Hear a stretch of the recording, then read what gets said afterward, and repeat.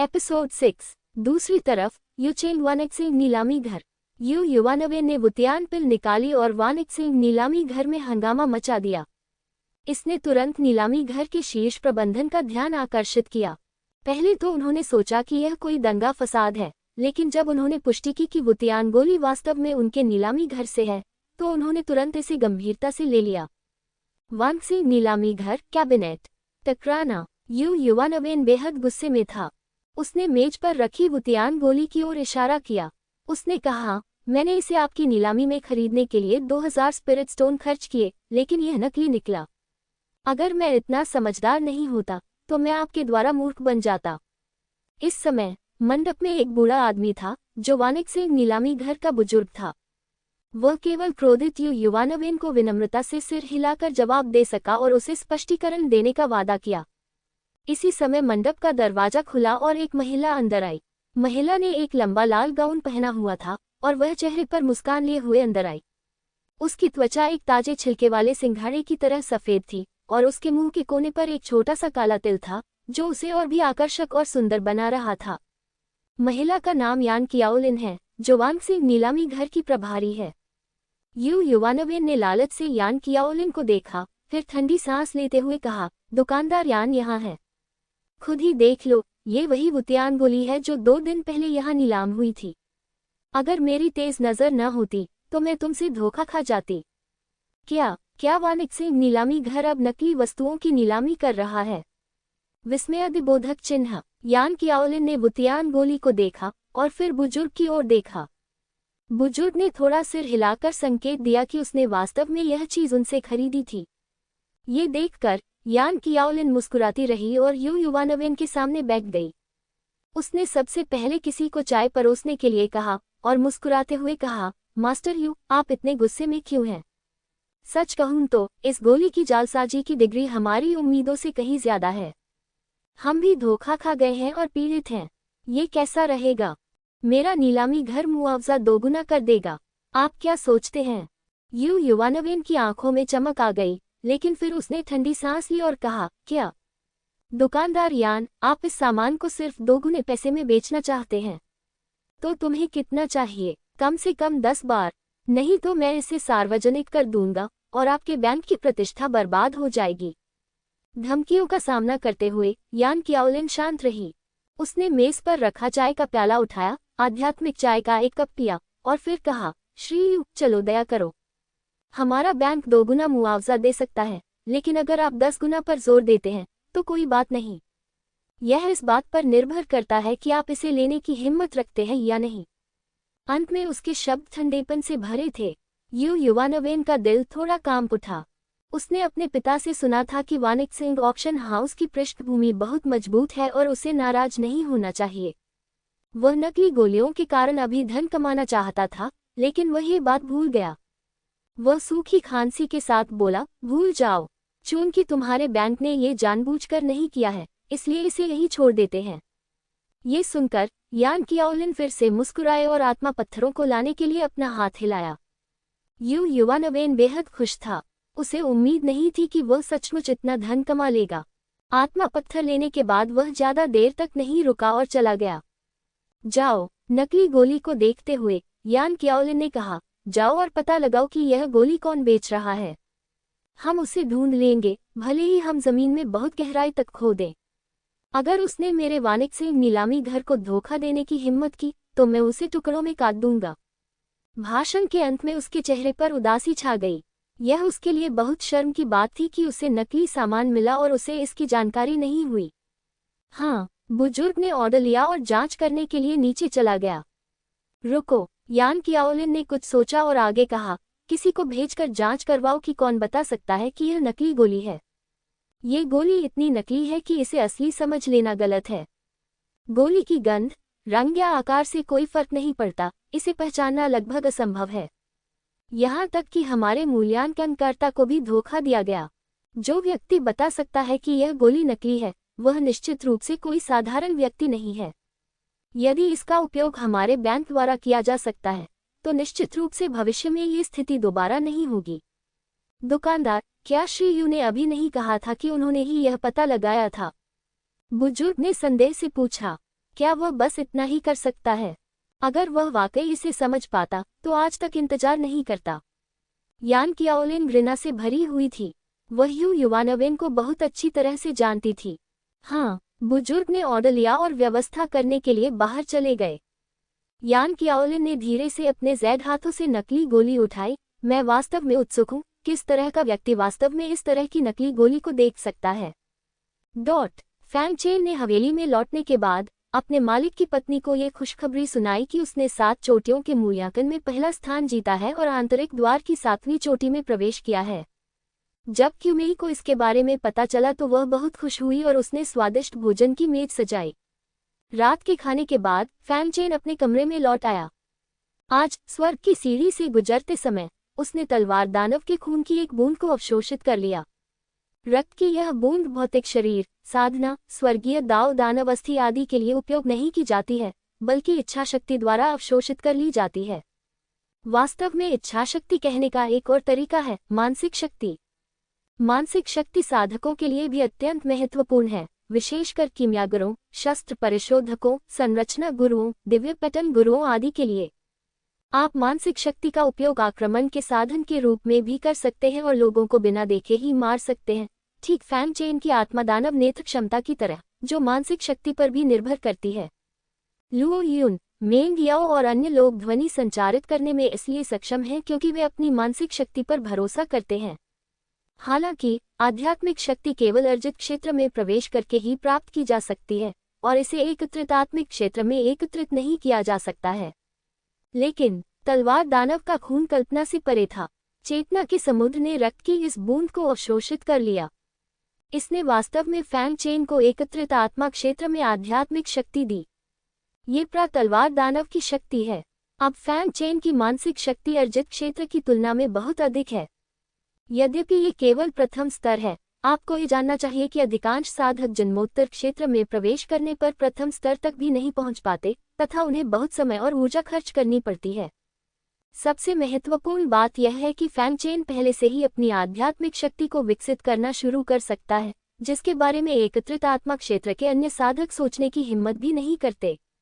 बेशक Fang chain अब अपनी मानसिक शक्ति विकसित करने की जल्दी में नहीं है, क्योंकि आध्यात्मिक शक्ति की साधना के लिए मानसिक विधियों की भी आवश्यकता होती है। मानसिक विधियों के बिना साधना की गति बहुत धीमी होगी। उसने एक लुलिंग घास निकाली। अब मुझे जल्द से जल्द प्रसवोत्तर क्षेत्र में प्रवेश करना होगा।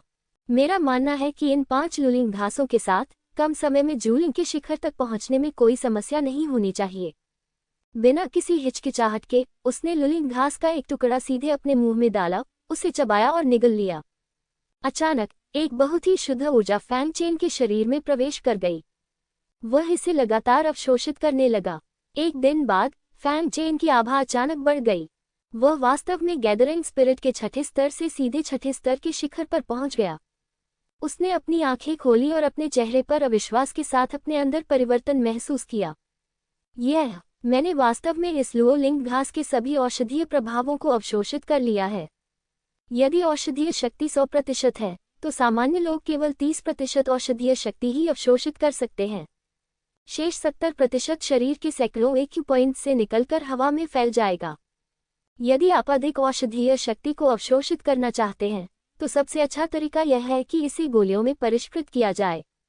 लेकिन भले ही यह एक गोली हो, केवल 10% अधिक ही अवशोषित किया जा सकता है। लेकिन फैंग चेन ने लुओ लिंग घास के सभी 100% औषधीय प्रभाव को अवशोषित कर लिया था। यही कारण था कि वह सिर्फ एक लुओ लिंग घास के साथ सीधे 6ठे स्तर के शिखर तक पहुंच सकता था। और ऐसी सफलता अत्यंत स्थिर है और इससे अस्थिर नींव पैदा नहीं होगी। ये तलवार दानव शरीर वास्तव में अद्भुत है। अगर मैं इसे लेना जारी रखता हूं तो मैं कल 7वें स्तर तक पहुंचने में सक्षम हो जाऊंगा। ये सोचकर उसने अब और संकोच नहीं किया और एक लुओ लिंग घास निकाली और फिर से अभ्यास करना शुरू कर दिया। अगले दिन एक भयानक आभा अचानक भड़क उठी। फैंग चेन सीधे 7वें स्तर तक पहुंच गया। फैंग चेन ने अपने अंदर बदलाव महसूस किया और हल्का सा मुस्कुराया। चूंकि उसे तलवार दानव शरीर का आशीर्वाद प्राप्त था, इसलिए हर सफलता से फैंग चेन की ताकत तेजी से बढ़ेगी। चाहे उसकी काया, आध्यात्मिक शक्ति, आधार, डेंटिन या चेतना का सागर कुछ भी हो, वह एकत्रित आत्मा क्षेत्र में एक साधारण 7वें स्तर के साधक से कई गुना अधिक शक्तिशाली है। वह अर्जित क्षेत्र के प्रथम या द्वितीय स्तर पर साधारण साधकों के विरुद्ध भी युद्ध कर सकता था। फैंग चेन अपने अंदर आए बदलावों से बहुत संतुष्ट था, लेकिन उसका अभ्यास जारी रखने का कोई इरादा नहीं था। आज दूसरा दिन है और अब 7वें शिखर पर जाकर रिपोर्ट करने का समय है। फिर वह घर से बाहर चला गया, लेकिन जब उसने हवेली के अंदर का दृश्य देखा तो वह दंग रह गया। आंगन में कई पहरेदार थे जो हवेली में फर्नीचर के कुछ टुकड़ों को हिला रहे थे, समारोह आदि कर रहे थे, जबकि मालिक की पत्नी और मेंग्याओ दरवाजे पर खड़े होकर बातें कर रहे थे और निर्देश दे रहे थे। दोनों महिलाओं के चेहरे पर मुस्कान थी और वे खुशी से बातचीत करती दिख रही थीं। भाई फैंग, मेंग्याओ ने फैंग चेन को बाहर आते देखा और आकर्षक ढंग से मुस्कुराई। फैंग चेन पास आया और असमंजस में पूछा, मेंग्याओ, तुम यहाँ क्यों हो? मेंग्याओ हमेशा की तरह मुस्कुराए और बोली, आज आप 7वें शिखर पर रिपोर्ट करने जा रहे हैं। मैं मालिक की पत्नी की मदद करने आई हूँ। मास्टर की पत्नी? फैंग चेन दंग रह गया। क्यूमेई ने आगे बढ़कर कहा, मैंने जियाओमिंग से सुना है, जियाओफांग, आपको भविष्य में जियाओमिंग के साथ अच्छा व्यवहार करना चाहिए।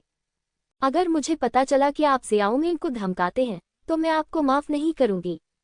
धन्यवाद, मास्टर की पत्नी। मेंग्याओ ने क्यूमेई की बांह पकड़ ली। तो अगर भाई फैंग भविष्य में मुझे परेशान करेगा तो मैं तुम्हें ढूंढ लूंगा। क्यूमेई ने मुस्कुराते हुए सिर हिलाया। ठीक है, अगर वह तुम्हें परेशान करता है तो मुझे बताओ और देखो मैं उसे कैसे सबक सिखाती हूँ। फैंग चेन ने जब ये देखा तो वह चकित और असहाय हो गया। वह सिर्फ 2 दिन के लिए एकांत में था और वह अनुग्रह से बाहर हो गया था। फिर मेंग्याओ ने पूछा, भाई फैंग, क्या आपको अपने कमरे में कुछ साफ करने की जरूरत है? मेरा कमरा? वैसे? फैंग चेन ने कुछ सोचा, अपने कमरे में वापस गया और लकड़ी का बक्सा निकाला जो वह मालिक की कब्र के केबिन से लाया था। फिर उसने लकड़ी के बक्से को खोला और ध्यान से देखा तो पाया कि उस अस्त व्यस्त चीजों के बीच वास्तव में अन्य विवाह प्रमाण पत्र भी थे। वह उसे लेने के लिए आगे बढ़ा, लेकिन जब उसने उसे छुआ तो दंग रह गया। मोटाई गलत है। उसने उसे बाहर निकाला और देखा और वह दंग रह गया। उसने 9 विवाह प्रमाण पत्र निकाले। 9 विवाह प्रमाण पत्र। पीछे पीछे आई मेंग्याओ भी विवाह प्रमाण पत्रों का ढेर देखकर दंग रह गई। ज़ुयान की पिछली पत्नियों को मिलाकर तुम्हारे मालिक ने तुम्हारे लिए 10 पत्नियों का इंतजाम किया है। मेंग्याओ ने अपनी छोटी नाक सिकोड़ ली और उसका आकर्षक चेहरा ईर्ष्या से भर गया। यह फैंग चेन को कुछ देर तक समझ में नहीं आया कि क्या कहे, उसे पहले कुछ भी पता नहीं था। मैं उन छोटी पत्नियों को देखना चाहता हूँ जिन्हें तुम्हारे मालिक ने तुम्हारे लिए व्यवस्थित किया है। मेंग्याओ ने फैंग चेन के 9 विवाह प्रमाण पत्र लिए और उन्हें उलट पलट कर देखा। अगर मैंने इसे न देखा होता तो भी कोई बात नहीं, लेकिन जब मैंने इसे देखा तो मैं हैरान रह गया। तियानंग क्षेत्र, डुआनमू परिवार की छोटी बेटी, डुआनमू बैक्स्यू। बीबिंग क्षेत्र, तियानिक्स्यू संत संप्रदाय की संत, झाओ शिमाई। और जब एक एक करके नाम पढ़े गए तो मेंग्याओ चौंक गई। ये ताकतें हर क्षेत्र में शीर्ष पर हैं। उनमें से प्रत्येक स्वर्ग की बेटी है, पूरी दुनिया में प्रसिद्ध, लेकिन मुझे उम्मीद नहीं थी कि वे सभी फैंग चेन के साथ सगाई कर लेंगे। अगर यह बात बाहर आ गई तो निश्चित रूप से सभी क्षेत्रों में सनसनी फैल जाएगी। फैंग चेन उनके अनगिनत प्रेमियों को टुकड़ों में फाड़ देगा। मेंग्याओ ने फैंग चेन को गहराई से देखा और अंत में यह वाक्य कहा, तुम्हारा गुरु वास्तव में अद्भुत है। फैंग चेन अजीब तरह से मुस्कुराया, उसे यह पहले नहीं पता था। इसे मुझे दे दो। उसने विवाह प्रमाण पत्र लिया, फिर मेंग्याओ का विवाह प्रमाण पत्र अलग से निकाला और फिर अन्य सभी विवाह प्रमाण पत्रों को फाड़ने की योजना बनाई। नहीं, मेंग्याओ ने ये देखा। उसने तुरंत फैंग चेन को रोका, तुमने इसे क्यों फाड़ दिया? फैंग चेन ने कहा, मेरे पास केवल आपका विवाह प्रमाण पत्र है, जो पर्याप्त है। ये सुनकर मेंग्याओ का दिल थोड़ा द्रवित हुआ, लेकिन फिर भी उसने फैंग चेन का विवाह प्रमाण पत्र छीन लिया और कहा, आप इसे फाड़ नहीं सकते। ये वही है जो आपके स्वामी ने आपके लिए छोड़ा है। ये भी उनका श्रमसाध्य प्रयास है। लेकिन फैंग चेन कुछ कहना चाहता था, लेकिन मेंग्याओ ने उसे रोक दिया। उन्होंने कहा, भले ही आप ये सगाई न चाहते हो, लेकिन इसे रद्द करने से पहले आपको दूसरे पक्ष को ये स्पष्ट कर देना चाहिए। यदि दूसरा पक्ष आपका इंतजार कर रहा था, लेकिन आपने उसे अनदेखा कर दिया, तो क्या ये थोड़ा गैरजिम्मेदाराना नहीं है? फैंग चेन इसका खंडन नहीं कर सका, इसलिए मेंग्याओ ने विवाह प्रमाण पत्र को लकड़ी के बक्से में ठीक से रख दिया। आप इसे पहले रख लें। अगर भविष्य में आपको वहां जाने का अवसर मिले तो आप उन्हें इसके बारे में समझा सकते हैं। इस तरह आप कोई उपद्रव नहीं करेंगे, है ना? यदि दूसरा पक्ष आपका इंतजार कर रहा है तो आपको दूसरे पक्ष को वापस लाना होगा, उन्हें निराश न करें। फैंग चेन ने मेंग याओ को शून्य दृष्टि से देखा और वह उसके शब्दों से बहुत प्रभावित हुआ। ऐसी पत्नी के साथ एक पति और क्या चाह सकता है? उसने मेंग याओ को धीरे से गले लगाया और कहा, मैं फैंग चेन तुम्हें इस जीवन में कभी निराश नहीं करूंगा। मेंग याओ ने हल्के से मुस्कुराकर फैंग चेन को धीरे से गले लगाया, लेकिन पहले ये स्पष्ट कर दें, चाहे आपकी कितनी भी पत्नियां हों, आपको पहले मुझसे शादी करनी होगी। मैं पहली पत्नी बनना चाहती हूँ। फैंग चेन मुस्कुराया, तुम्हारे साथ ही मैं काफी हूँ। फिर दोनों ने कमरे का सामान पैक कर लिया। सब कुछ स्थानांतरित करने के बाद मेंग याओ ने आत्मा नाव को तियानियू दिव्य संप्रदाय के आंतरिक संप्रदाय के 7वें शिखर पर पहुंचाया। तियानियू दिव्य संप्रदाय के आंतरिक संप्रदाय की 7 चोटियां, प्रत्येक चोटी में 10 से अधिक पर्वत क्षेत्र हैं। क्षेत्र अत्यंत विशाल है, केवल 7वें शिखर का ही एक शिखर है। अन्य सभी चोटियों को अन्य चोटियों को सौंप दिया गया तथा 7वीं चोटी को परित्यक्त चोटी भी कहा गया। अब 7वें शिखर पर मौजूद लगभग सभी लोग अन्य 6 शिखरों द्वारा त्याग दिए गए आंतरिक शिष्य हैं। इन शिष्यों को भगाया नहीं जा सका, इसलिए वे भोजन करने और मृत्यु की प्रतीक्षा करने के लिए 7वें शिखर पर चले गए। सौभाग्यवश 7वीं चोटी ने अंततः कैनशेंगशी की मुख्य चोटी को बरकरार रखा और फैंग चेन और उसके मालिक की पत्नी का घर मुख्य शिखर पर था। मुख्य शिखर पर केवल कुछ ही महल हैं, जो काफी समय से जीर्ण शीर्ण और जर्जर अवस्था में हैं। मुख्य महल के द्वार के सामने उतरते हुए फैंग चेन ने जटिल भाव से ऊपर लिखे शब्दों 7 चोटियों वाला स्वर्गीय महल को देखा। कियू मेई भी ऐसी ही थी। उसे उम्मीद नहीं थी कि वह एक दिन सचमुच वापस आएगी। मेंग याओ ने कहा, मैंने 7वें शिखर की वर्तमान स्थिति की जांच की। 7वें शिखर में मूल रूप से कोई शिष्य नहीं है, केवल एक शिखर गुरु है, लेकिन वह दूर चला गया है और कभी वापस नहीं लौटा है। इसलिए ये 7वां शिखर केवल आपका ही कहा जा सकता है। हाँ, आप जो चाहे कर सकते हैं। अफसोस, कियू मेई ने हल्की आह भरी, बूढ़ा आदमी भी अपने गृहनगर लौट आया है। अगर वह यहाँ है तो कम से कम उसके पास बात करने के लिए कोई तो होगा। बूढ़ा आदमी भी एक नश्वर है। वह तियान यानगजी का पीछा करता था और कियू मेई के आने के बाद उसने उसका पीछा किया और उसकी देखभाल की। कुछ गणना के बाद पता चला कि अब उनकी उम्र 70 साल है। टकराना। इस समय 7 चोटियों वाले मंदिर से, जिसे सुनसान माना जाता था, एक ठंडी आवाज आए, बूढ़े आदमी, बेहतर होगा कि तुम जल्दी से मेरे लिए इस पर हस्ताक्षर करो, अन्यथा मैं तुम्हारी आंखें निकाल दूंगा, तुम्हारे अंगों को अपंग कर दूंगा, तुम्हें जंगल में फांसी पर लटका दूंगा। इसे मारो, चींटियों को इसे चबाने दो। मुझे विश्वास है कि यह बहुत अच्छा लगेगा। जल्दी करो, हम लगभग 2 दिनों से इंतजार कर रहे हैं। हमें जल्द से जल्द वापस जाना है और वरिष्ठ भाई लुओ से मिलना है।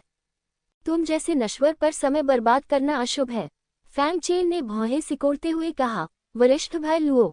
लुओ युन। उसने सीधे दरवाजा खोला और एक नज़र में उसने देखा कि 3 शिष्य, जो संप्रदाय के अंदरूनी वस्त्र पहने हुए थे, एक दुबले पतले बूढ़े व्यक्ति को घेरे हुए थे और कार्रवाई की तैयारी कर रहे थे। फैंग चेन ने बूढ़े आदमी की ओर देखा और उसे पहचान कर चौंक गया। दादाजी वेंग। जिस व्यक्ति को प्रमुख शिष्य ने कुचल दिया था, वह वही बूढ़ा व्यक्ति था जिसके बारे में गुरु की पत्नी ने कहा था कि वह अपने गृहनगर लौट आया है। अगले ही पल फैंग चेन की आंखें तुरंत लाल हो गईं। बूढ़ा आदमी पीला पड़ गया था। उसके गंदे कपड़ों पर घाव के निशान थे। ये स्पष्ट था कि उसके साथ दुर्व्यवहार किया गया था। वह लाल आंखों से तीनों लोगों को घूर रहा था। उसके मन में हत्या का इरादा उमड़ रहा था। बूढ़ा आदमी। कियू मेई ने भी बूढ़े आदमी को देखा। उसकी नाक दुखने लगी और उसकी आंखें लाल हो गईं जब उसने उसका दयनीय रूप देखा। मिस, युवा मास्टर, मैंने अंततः आपके वापस आने का इंतजार किया। जब बूढ़े व्यक्ति ने फैंग चेन और कियू मेई को देखा तो उसका पहले से ही दुखी चेहरा अचानक आंसुओं में बदल गया। तुम क्या कर रहे हो? तुम इतनी जल्दी यहाँ क्यों आए? दूसरा पक्ष स्पष्ट रूप से फैंग चेन को जानता था।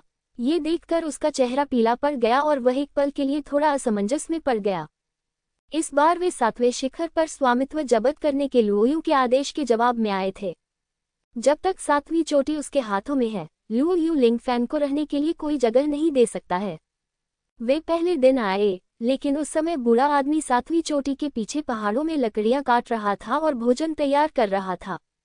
बूढ़ा आदमी बहुत बूढ़ा है, इसलिए वह आमतौर पर पहले दिन वहां जाता है और दूसरे दिन वापस आ जाता है। इसलिए उन्होंने बूढ़े आदमी को खोजने के लिए अब तक इंतजार किया। उसने पहले सोचा था कि अभी भी समय है, लेकिन उसने उम्मीद नहीं की थी कि फैंग चेन इतनी जल्दी आ जाएगा। तुम मरने के लायक हो। फैंग चेन उन तीनों के साथ बकवास करने का इरादा नहीं रखता था और एक झटके में प्रमुख शिष्य के सामने आ गया।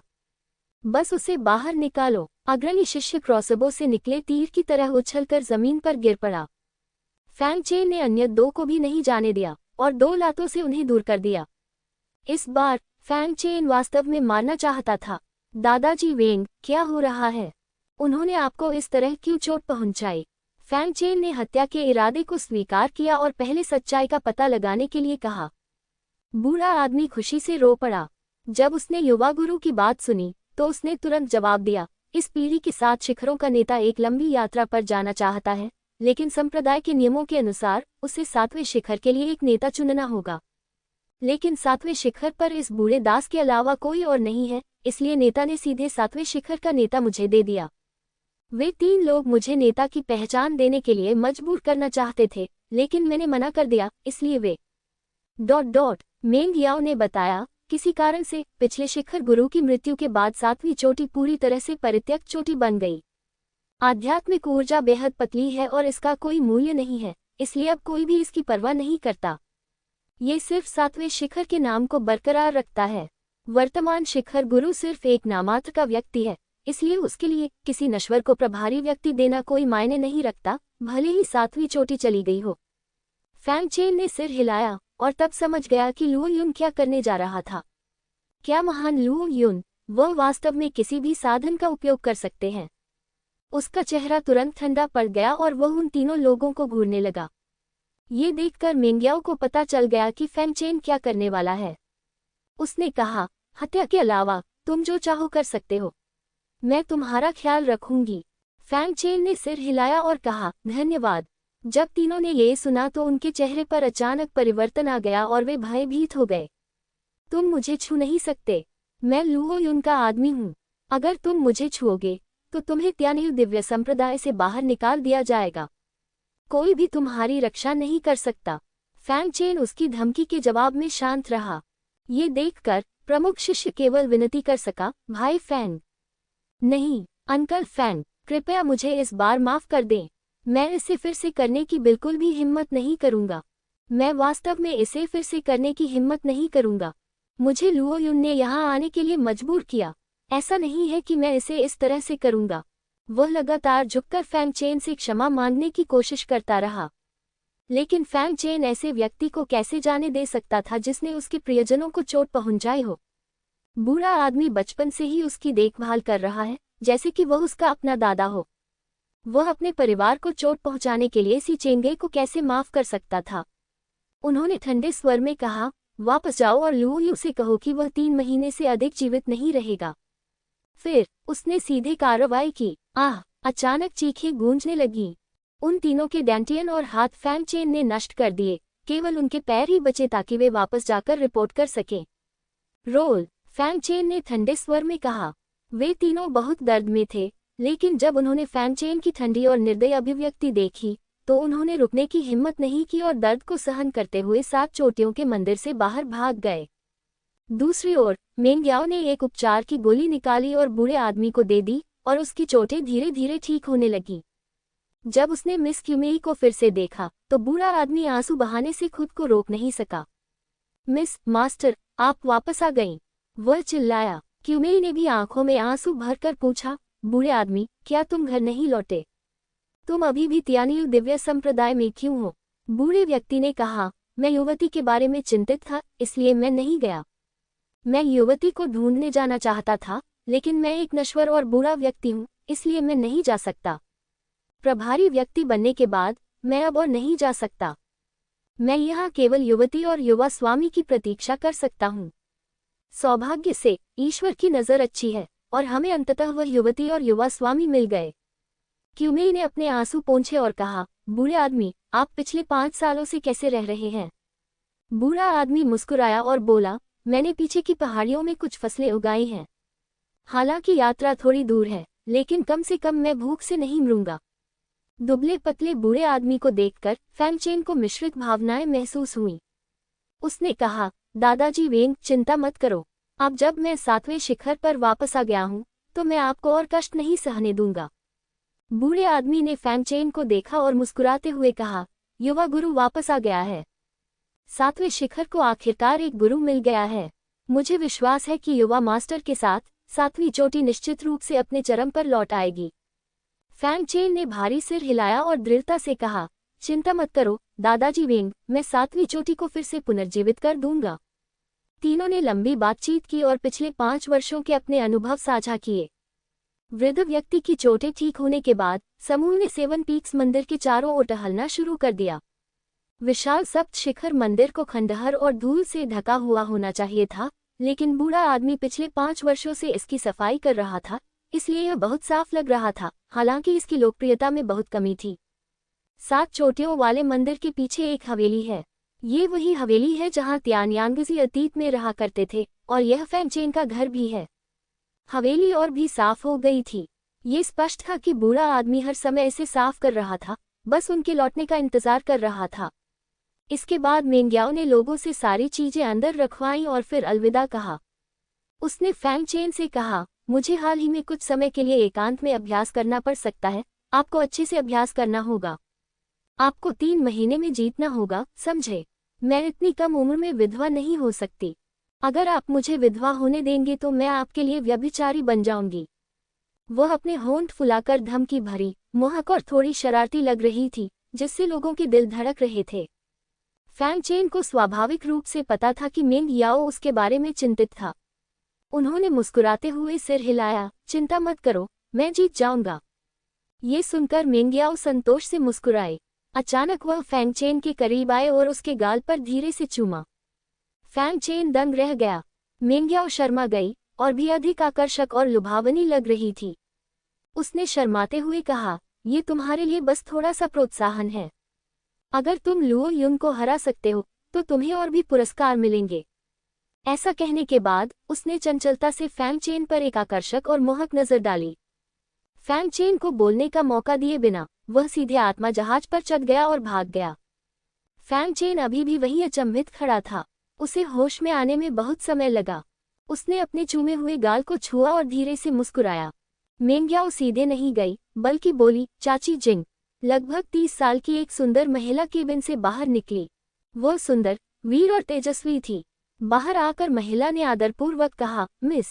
मेंग्याओ ने कहा, चाची जिंग, आप 7वें शिखर की रक्षा के लिए यहाँ रहें, विशेष रूप से भाई फैंग और अन्य 2 की। मैं नहीं चाहता कि वे किसी भी खतरे में हों। हाँ, आंटी जिंग ने सम्मानपूर्वक सिर हिलाया और फिर एक झटके में गायब हो गईं। मेंग्याओ जानती थी कि अगर उसने घोषणा की कि फैंगचेन उसका मंगेतर है तो वह निश्चित रूप से मुश्किल में पड़ जाएगी। और यही वह है जो वह अब फैंगचेन के लिए कर सकती है। अगर वह वास्तव में फैंगचेन के साथ रहना चाहती है तो परिवार सबसे बड़ी बाधा होगी। यदि यह पहले होता तो मेंग्याओ शायद अपनी किस्मत को स्वीकार कर लेती। आखिरकार वह 20 साल तक जीवित नहीं रहती। लेकिन फैंगचेन की उपस्थिति ने उसे जीवन की आशा दी। और दूसरे स्तर पर उसने देखा कि फैंगचेन कमजोर था लेकिन दृढ़ था। ये बात उसे बहुत प्रभावित कर गई और वह अपनी किस्मत को स्वीकार करने को तैयार नहीं थी। वह अंत तक लड़ना चाहती थी। उसने 7वीं चोटी की ओर देखा, फिर आत्मा जहाज को आकाश में गायब हो जाने के लिए कहा। दूसरा शिखर, लुओ युन का निवास। टकराना। लुओ युन ने एक हथेली से वार किया। ये सीधे वापस आए 3 प्रमुख शिष्यों की छाती में घुस गया। वे तीनों तुरंत बाहर उड़ गए। खून बहना जारी रहा। मालिक, आप मुझे क्यों मार रहे हैं? वे भय और निराशा से भरी हुई बड़ी बड़ी आंखों से घूरते रहे और अंततः मर गए। लुओ युन अभी भी गुस्से में था। बेकार, तुम सब बेकार हो। तुम इतना छोटा सा काम भी नहीं कर सकते। तुम्हें रखने का क्या मतलब है? फैंगचेन की बार बार की सफलता और लुओ यो की मृत्यु के कारण लुओ यू लगभग पागल हो गया। भाई लुओ, आपको किसने नाराज किया है? और इसी समय एक आवाज धीरे से सुनाई दी। तभी एक लंबा व्यक्ति अंदर आया। वह यू युवानवेन था। भाई यू। लुओ युन को आश्चर्य नहीं हुआ। उसे अभी अभी नोटिस मिला था और उसने ही दूसरे पक्ष को अंदर आने दिया था। उसने अपना हाथ हिलाया और तीनों शवों को खींचकर ले गया तथा यू युवानवेन को बैठने के लिए आमंत्रित किया। यू युवानवेन ने मुस्कुराते हुए कहा, मैंने सुना है कि भाई लुओ के चचेरे भाई को 7 पीक्स असेसमेंट में मार दिया गया था और उसने आपको मार्च में जीवन मृत्यु की लड़ाई तय करने की चुनौती भी दी थी। फैंग चेन की बात करते हुए लुओ युन का चेहरा और भी उदास हो गया। उन्होंने कहा, ये तो एक साधारण चींटी है, मैं इसे 3 महीने में मार डालूंगा। यू युवानवेन ने कहा, भाई लुओ, क्या आप वास्तव में उससे लड़ना चाहते हैं? आपका क्या मतलब है? भाई लुओ की क्या स्थिति है और उसकी क्या स्थिति है? उसके साथ जीवन मरण की लड़ाई लड़ना वास्तव में बहुत सस्ती बात है। इसके अलावा क्या भाई लुओ को यह नहीं पता कि गॉर्डियन गांठ को जल्दी से काटना बेहतर है? लुओ यो की मौत की सूचना जल्द ही लुओ परिवार को दी जाएगी। तब तक लुओ परिवार क्या सोचेगा जब उन्हें पता चलेगा कि आपने लुओ यो का बदला तुरंत नहीं लिया, बल्कि 3 महीने में नियुक्ति का इंतजार किया? क्या वे सोचेंगे कि आप डर रहे हैं कि लुओ यो आपसे आगे निकल जाएगा? यू युवानवेन ने मुस्कुराते हुए कहा। लुओ युन ने भौहें सिकुड़ी और स्वाभाविक रूप से उसने इन सवालों के बारे में सोचा। आप क्या कहना चाहते हैं? लुओ युन ने यू युवानवेन की ओर देखा।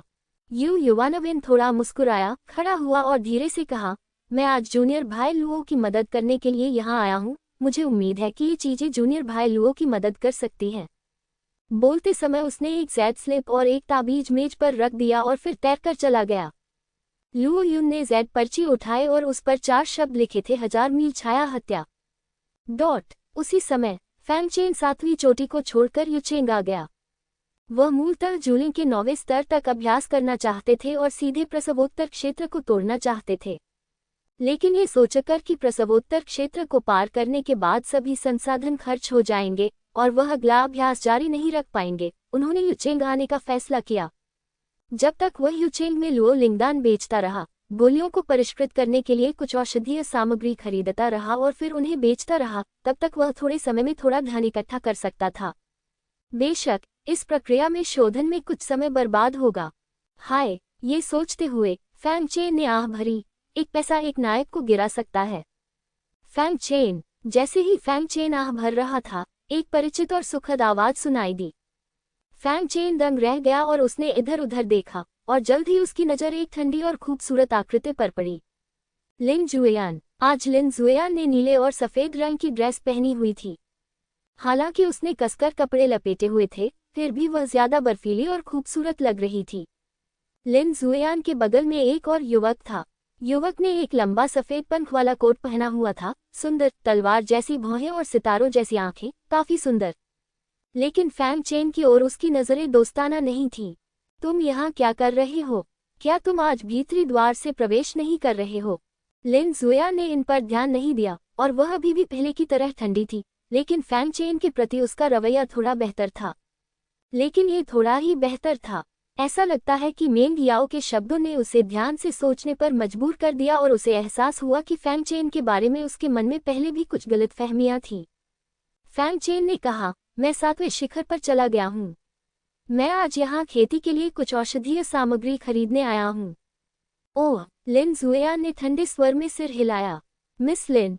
वह कौन है? इसी समय उसके बगल में बैठा लड़का अचानक बोल पड़ा। लिन जुएयान ने ठंडे स्वर में कहा, मेरे साथी प्रशिक्षु भाई। सिर्फ मेरे सहपाठी भाई। लड़के ने अपनी आंखें थोड़ी सिकोड़ ली, मानो उसे विश्वास ही न हो। लेकिन उसने और कुछ नहीं पूछा, बल्कि कहा, मिस लिन, वानएक्सिंग नीलामी घर की नीलामी शुरू होने वाली है। चलो यहाँ समय बर्बाद नहीं करते। लिन जुएयान ने सिर हिलाया। इस बार उसके युचेंग आने का कारण परिवार के आदेश पर वानएक्सिंग नीलामी में भाग लेने के लिए परिवार का प्रतिनिधित्व करना था। हालांकि वह जाना नहीं चाहती थी, लेकिन परिवार ने उस पर जोर दिया कि वह जाए, इसलिए उसके पास सहमत होने के अलावा कोई विकल्प नहीं था। और जब उसने लड़के को देखा तो उसे ये भी समझ में आ गया कि परिवार ने ऐसा क्यों किया। लड़के का नाम ये त्यानियू है और ये परिवार और उसका परिवार सहयोगात्मक संबंध में है। ये त्यानियू ने हमेशा उसकी प्रशंसा की है और परिवार दोनों परिवारों के सहयोग के लिए उसे ये त्यानियू के साथ मिलाने का इरादा रखता है। लेकिन लिन जुएयान इस बात से बेहद घृणा करती है और यहाँ तक कहती है कि वह शादी नहीं करेगी, लेकिन परिवार ने फिर भी जानबूझकर या अनजाने में उसकी मुलाकात ये त्यानियू से करवा दी। हालांकि वह इससे नफरत करती थी, लिन परिवार ये परिवार के सहयोग पर निर्भर था, इसलिए वह इसे केवल सहन कर सकती थी। ये त्यानियू की बातें सुनकर उसने सिर हिलाया और वानक्सिंग नीलामी घर जाने की योजना बनाई। लेकिन ये तियान्यू ने फैंग चेन को देखा और मुस्कुराते हुए कहा, चूंकि यह मिस लिन का सह प्रशिक्षु है, तो क्यों न उसे हमारे साथ शामिल होने दिया जाए, ताकि वह दुनिया देख सके, है ना? एक और व्यक्ति का मतलब है अधिक उत्साह, है ना? लिन जुया ने इसके बारे में सोचा और पाया कि यह सच था, इसलिए उसने फैंग चेन से पूछा, क्या आपके पास कुछ और काम है? फैंग चेन ने सोचा कि वानक्सिंग नीलामी घर भी आध्यात्मिक दवाइयों को स्वीकार करता है, और वहां लुओ लिंगकाओ को बेचना और दुनिया को फिर से देखना अच्छा होगा। तो उन्होंने सिर हिलाया और कहा, इस मामले में आपका बहुत बहुत धन्यवाद। ये तियान्यू ने मुस्कुराते हुए कहा, विनम्र क्यों बने, हम सभी ताओवादी मित्र हैं। लेकिन फैंग चेन ने यह नहीं देखा कि तियान्यू के मुंह पर एक व्यंग्यात्मक मुस्कान उभर आई थी। शेंडोंग डोमेन में शीर्ष 3 नीलामी घरों में से एक के रूप में वानक्सिंग नीलामी घर हर बार नीलामी के दौरान कई लोगों को आकर्षित कर सकता है। इस समय नीलामी घर लोगों से भरा हुआ है, जो सभी यूचेन या आसपास के शहरों के शक्तिशाली और धनी लोग हैं। ये तियान्यू ने मुस्कुराते हुए सोने और जैद से नक्काशी किए गए 2 निमंत्रण पत्र निकाले और उन्हें वानक्सिंग नीलामी घर के सामने नौकरानी को सौंप दिया। नौकरानी ने उन्हें ले लिया और आदरपूर्वक झुककर कहा, 2 विशिष्ट अतिथि कृपया अंदर आइए। 2 लिन जुया ने थोड़ा सा मुंह सिकोड़ा, केवल 2 ही प्रवेश कर सकते हैं। नौकरानी ने सिर हिलाया, हाँ, इस बार वानक्सिंग नीलामी घर एक सदस्यता नीलामी है, केवल सदस्य ही प्रवेश कर सकते हैं। आप और मास्टर ये दोनों वानक्सिंग नीलामी घर के सदस्य हैं, और इसे यहाँ दर्ज किया गया है, आप दोनों प्रवेश कर सकते हैं। ये व्यक्ति वानक्सिंग का सदस्य नहीं है, इसलिए उसे प्रवेश की अनुमति नहीं है। नौकरानी ने माफी मांगते हुए फैंग चेन की ओर देखा। लिन जुया ने और भी अधिक भौहें सिकोड़ लीं, क्या आप अन्य लोगों को भी अंदर नहीं ला सकते? नहीं, यह नीलामी एक सदस्यता प्रणाली है। जहां तक सुरक्षा की बात है, आप निश्चिंत रह सकते हैं। वानक्सिंग नीलामी घर नीलामी के दौरान आपकी सुरक्षा की पूरी गारंटी देगा। नौकरानी ने फिर कहा। ये तियान्यू के मुंह के कोने थोड़े ऊपर उठे और उसने फैंग चेन को तिरस्कार से देखा और फिर बहुत आश्चर्यचकित होने का नाटक किया। आह, क्या ये ताओवादी साथी वानक्सिंग नीलामी घर का सदस्य नहीं है? मुझे लगा कि तुम हो। मुझे तुम्हें बिना किसी कीमत के जाने के लिए मजबूर करने का बहुत अफसोस है। फैंग चेन समझ गया कि दूसरे पक्ष को नीलामी के नियम पता थे, लेकिन फिर भी वह खुद को यहाँ लेकर आया। जाहिर है कि उसने जानबूझकर उसके लिए चीजें मुश्किल बना दी थीं। उसे इस बात पर आश्चर्य हुआ कि उसने उसे नाराज नहीं किया। जैसी कि उम्मीद थी, इस स्थान ने तुरंत ही कई लोगों का ध्यान आकर्षित किया। कई लोगों ने फैंग चेन को साधारण हस्तनिर्मित कपड़े पहने देखा और नीलामी में भाग लेना चाहते थे, और वे उस पर हंसे, तुम एक गरीब लड़के हो और तुम वानक्सिंग की नीलामी में भाग लेने की हिम्मत करते हो। ये सही है, क्या आपको सचमुच लगता है कि कोई भी वानक्सिंग की नीलामी में भाग ले सकता है? ये सचमुच मजेदार है। बेचारे लड़के, ये तुम्हारे आने की जगह नहीं है। सभी ने फैंग चेन की ओर इशारा किया और उस पर हंसने लगे, मानो वे किसी जोकर को देख रहे हों। लिन जुया ने भी देखा कि तियान्यू फैंग चेन को शर्मिंदा कर रहा था और उसे ठंडे भाव से देखा। तुम्हारा क्या मतलब है? ये तियान्यू ने फिर भी मुस्कुराते हुए कहा, सुश्री लिन, ये सब एक गलतफहमी है। मुझे उम्मीद नहीं थी कि इस बार सदस्यता की नीलामी होगी। उसके बाद उन्होंने मजाकिया लहजे में फैंग चेन की ओर देखा और कहा, अपनी माफी व्यक्त करने के लिए मैं मुआवजा दूंगा। उसके बाद उसने 2 स्पिरिट स्टोन निकाले और कहा, यह मेरा माफीनामा उपहार है, कृपया इसे स्वीकार करें। मेरा मानना है कि 2 स्पिरिट स्टोन आपके लिए एक खगोलीय आंकड़ा है। हा हा हा। अंत में उसने कुछ भी नहीं छिपाया और हंस पड़ा। फिर उसने आत्मा पत्थर को सीधे फैंग चेन के सामने फेंक दिया, जैसे किसी भिखारी को भीख देना। फैंग चेन उदासीन दिख रहा था और ये तियान्यू ने उसका मजाक उड़ाना जारी रखा, बेचारे कमीने, क्या तुम नहीं जानते कि तुम कौन हो? जुयान ऐसी चीज नहीं है जिसे तुम्हारे जैसा नीच व्यक्ति चुरा सके। यहाँ से जल्दी निकल जाओ, यह मत सोचो कि तुम तियान्यू दिव्य संप्रदाय के अनुयायी हो। मैं तुम्हारे जैसे नीच व्यक्ति को एक हाथ से मार सकता हूँ। फैंग चेन को अचानक एहसास हुआ कि वह अपने और लिन जुयान के बीच कुछ शब्दों को देखकर खुद को शर्मिंदा करना चाहता था। वह बहुत शांत दिख रहा था, लेकिन उसका दिल थोड़ा ठंडा था।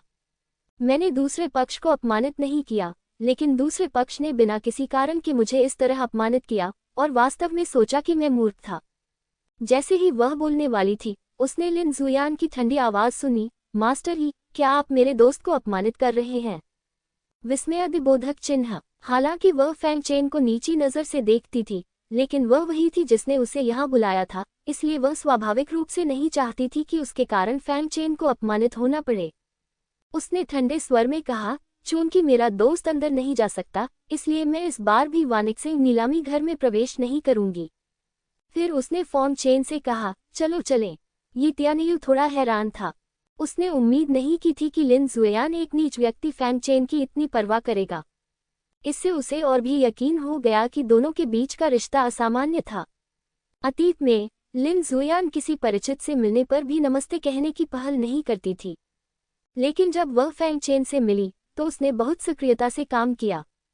इससे वह और भी क्रोधित हो गया। उसे सत्ता और धन चाहिए था, लेकिन लिन जुएयान ने वास्तव में खुद को एक नीच व्यक्ति के रूप में डांटा। उन्होंने ठंडे स्वर में कहा, यदि आपने जाने का साहस किया तो मैं आज से लिन परिवार के साथ सहयोग करना बंद कर दूंगा। लिन जुएयान के कदम अचानक रुक गए। वह पलटी और ठंडे भाव से बोली, क्या तुम मुझे धमका रहे हो? ये तियानेयू को इसकी परवाह नहीं थी, क्योंकि वह इस बिंदु पर पहुंच चुका था, तो वह क्यों दिखावा करना जारी रखे। उन्होंने कहा, ऐसा मत सोचो कि सिर्फ इसलिए कि तुम तियानेयू दिव्य संप्रदाय में एक संत बन गए हो, तुम्हारा परिवार और मैं एक सहयोगी रिश्ते में हैं। क्या तुम्हें लगता है कि तियानेयू दिव्य संप्रदाय तुम्हारी वजह से अपनी प्रतिष्ठा खो देगा?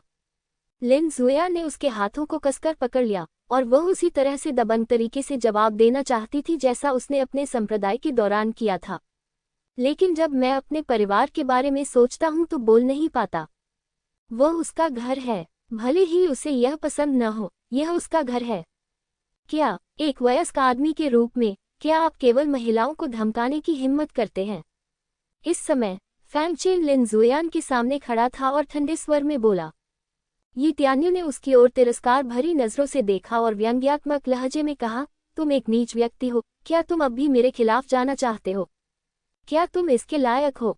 मैं तुम्हें सलाह देता हूं कि तुम अभी यहाँ से चले जाओ, नहीं तो मैं तुम्हारी जिंदगी मौत से भी बदतर बना दूंगा। फैंग चेन ने उसे घूर कर देखा और अचानक अपने मुंह के कोनों को थोड़ा ऊपर उठाया, देखो कि क्या मैं योग्य हूँ। अगले ही पल फैंग चेन ने उसे थप्पड़ मार दिया। उसने ये तियानेयू के चेहरे के दाहिने हिस्से पर सीधे थप्पड़ मारा। ये तियानेयू को उम्मीद नहीं थी कि फैंग चेन कार्रवाई करने की हिम्मत करेगा।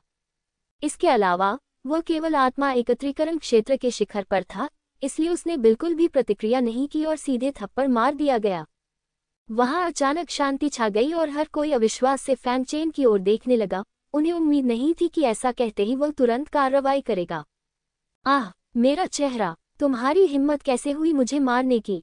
ये तियानेयू जमीन पर गिर पड़ा और चिल्लाता रहा। गुस्से से फैंग चेन को घूरता रहा क्योंकि वह लिन जुएयान के साथ अकेले रहने का मौका पाना चाहता था, इसलिए उसने किसी को अपने साथ नहीं लिया।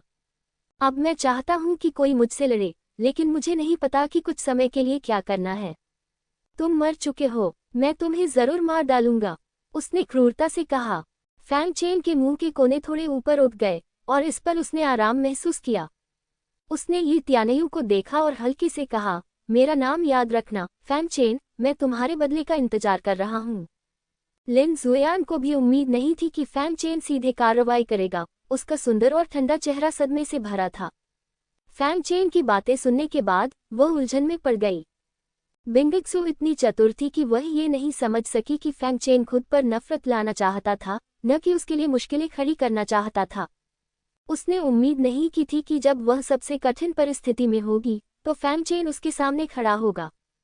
क्या हुआ? इसी समय एक बूढ़ी आवाज सुनाई दी। वानशिंग नीलामी घर से आए एक बुजुर्ग की पोशाक पहने हुए एक सफेद बालों वाला बूढ़ा आदमी आया। ये तियानेयू ने सफेद बालों वाले बूढ़े आदमी की आंखों में चमकती रोशनी देखी और जल्दी से कहा, एल्डलू। यह आदमी वानिक्सिंग नीलामी घर के सामने परेशानी खड़ी कर रहा है। उसने वास्तव में ये खुलेआम किया है। कृपया एल्डलू से मेरे लिए न्याय मांगने के लिए कहें।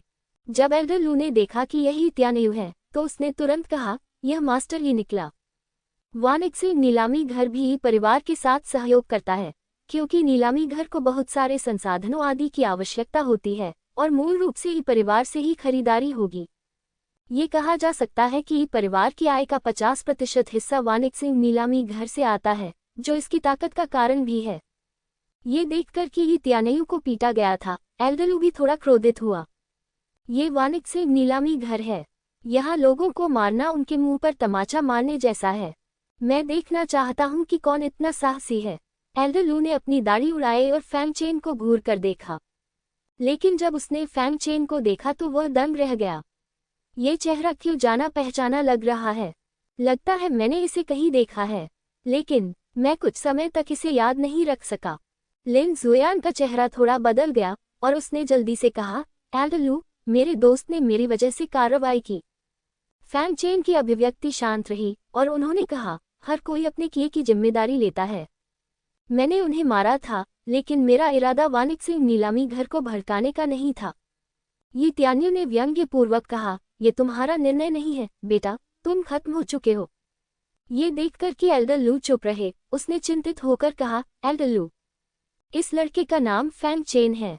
वह एक गरीब लड़का है जिसकी कोई पृष्ठभूमि नहीं है। उसने सोचा कि एल्डर लू लिन जुयान की देखभाल कर रहे हैं। फैंग चेन, ये त्यान्यू द्वारा इस तरह उल्लेख किए जाने पर एल्डर लू की आंखों में एक चमकीली रोशनी चमक उठी। मुझे याद आया कि दुकानदार यान पिछले 2 दिनों से इस व्यक्ति की तलाश कर रहा था, है न? विस्मयादिबोधक चिन्ह, आपका नाम फैंग चेन है? उसने उत्साह से पूछा। फैंग चेन ने एल्डर लू को संदेह से देखा। उसे समझ में नहीं आया कि वह इतना उत्साहित क्यों था, लेकिन फिर भी उसने सिर हिला दिया। मैं हूँ त्यान्यू दिव्य संप्रदाय से फैंग चेन। एल्डर लू ने फिर पूछा। ये सही है, फैंग चेन ने सिर हिलाया। ये सचमुच तुम हो? एल्डर लू बहुत खुश हुए। फिर उन्होंने सम्मानपूर्वक सिर झुकाया और कहा, हम आपको बहुत दिनों से ढूंढ रहे थे। आइए, कृपया हॉल में आइए और बातचीत कीजिए। फैंग चेन उलझन में था। एल्डर लू को उसे नीलामी घर में आमंत्रित करते देखकर उसने जल्दी से कहा, मैं सदस्य नहीं हूँ और प्रवेश नहीं कर सकता। आप मेरे वानिक्सिंग नीलामी घर के उच्चतम स्तर के सदस्य हैं। एल्डर लू ने जल्दी से कहा। बगल में खड़ी लिन जुयान भी उलझन में थी। फैंग चेन इतनी लोकप्रिय कब हो गई? ये त्यान्यू ने भी प्रतिक्रिया व्यक्त की और चिल्लाया, बड़े लू, आप क्या कर रहे हैं? वह सिर्फ एक गरीब लड़का है, एक नीच व्यक्ति जिसके पास न पैसा है और न ही शक्ति। एल्डर लू ने ये सुना और डांटा, चुप रहो। क्या तुम फैंग शियाओयू का अपमान कर सकते हो? विस्मयादिबोधक चिन्ह, लेकिन वह तो बस एक नीच कमीना है। ये त्यान्यू को वर्तमान स्थिति समझ में नहीं आई। फैंग चेन की अभिव्यक्ति तुरंत ठंडी हो गई। ये त्यान्यू उसे बार बार उकसाती थी और वह वास्तव में सोचता था कि वह मिट्टी से बना है। वह रुका और धीरे से बोला, आमंत्रण के लिए धन्यवाद, लेकिन मुझे इसमें कोई दिलचस्पी नहीं है। बेहतर होगा कि मैं यहाँ से चला जाऊं। वह देख सकता था कि एल्डर लू को उससे कुछ पूछना है। हालांकि उसे नहीं पता था कि वह क्या पूछना चाहता है, लेकिन वह उसकी अंतिम सीमा का परीक्षण कर सकता था। यदि दूसरा पक्ष वास्तव में उसे महत्व देता, तो वह निश्चित रूप से ही त्यान्यू के खिलाफ कार्रवाई करता। यदि वह उसकी कद्र नहीं करता, तो उसे ज्यादा नुकसान नहीं होगा, इसलिए वह बस मुंह मुड़कर चला जा सकता है। लड़के, क्या तुम सचमुच ऐसा सोचते हो? ये त्यान्यू ने उपहास किया और फैंग चेन का मजाक उड़ाना चाहा, लेकिन एल्डर लू ने उसे बाहर निकाल दिया। वह सिर्फ एक कुत्ता था जो कीचड़ चबा रहा था। तुम्हारी हिम्मत कैसे हुई? मेरे वानिक्सिंग नीलामी घर के मेहमानों को अपमानित करने की तुम्हारी हिम्मत कैसे हुई? ये त्यान्यू, ये परिवार, तुम सच में बहादुर हो। आज से मेरा वानिक्सिंग नीलामी घर ये परिवार के साथ सभी सहयोग समाप्त कर देगा। तुम्हारी वानिक्सिंग सदस्यता अमान्य कर दी जाएगी। एल्डर लू ने ठंडे स्वर में कहा। उसने ये भी देखा कि फैंग चेन उनका रवैया देखना चाहता था। लू, एल्डर लू, क्या आप मजाक कर रहे हैं? ये त्यान्यू पूरी तरह से घबरा गया था। ये परिवार वानिक्सिंग नीलामी घर के अधिग्रहण पर निर्भर था। वानिक्सिंग नीलामी घर के बिना ये परिवार को निश्चित रूप से भारी नुकसान होगा। जहां तक खरीदने के लिए अन्य परिवारों को खोजने की बात है तो यह असंभव है। छोटे लोग उन्हें संतुष्ट नहीं कर सकते और बड़े लोगों की अपनी आपूर्ति श्रृंखलाएं हैं, तो वे उन्हें कैसे स्वीकार कर सकते हैं? अगर यह खबर परिवार को पता चल गई, तो शायद उसे पीट कर मार डाला जाएगा। एल्डर लू ने ठंडे स्वर में कहा, क्या तुम मजाक कर रहे हो? क्या तुम्हें लगता है कि मैं मजाक कर रहा हूँ?